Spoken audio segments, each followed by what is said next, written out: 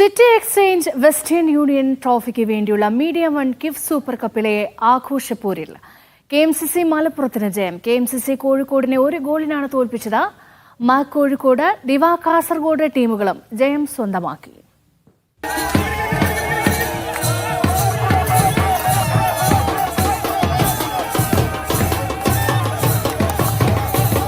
Doha സ്റ്റേഡിയത്തിലെ നിറഞ്ഞ ഗാലറിക്ക് മുന്നിൽ നടന്ന അയൽക്കാരുടെ പോരിൽ ഏകപക്ഷീയമായ 1 ഗോളിനാണ് മലപ്പുറത്തിന്റെ ജയം.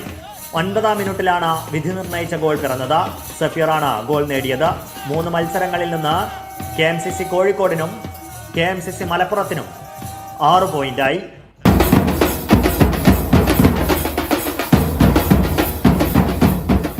മറ്റു മത്സരങ്ങളിൽ മാക് കോഴിക്കോട് യുണൈറ്റഡ് എറണാകുളത്തെ 4-1 തോൽപ്പിച്ചു. വയനാട് കൂട്ടത്തിനെതിരെ ദിവാ കാസർഗോഡ് 2-1 വിജയം സ്വന്തമാക്കി. വ്യാഴാഴ്ച നടന്ന തൃശൂർ ടീമുകളുടെ പോരാട്ടത്തിൽ ഫോർട്ട് തൃശൂരിനെ 3-1 വീഴ്ത്തി TJSV 3-ാം ജയം സ്വന്തമാക്കി. ട്രാവൻകൂർ FCക്കെതിരെ അനക്സ് പാലക്കാട് 2-1 വിജയം സ്വന്തമാക്കി.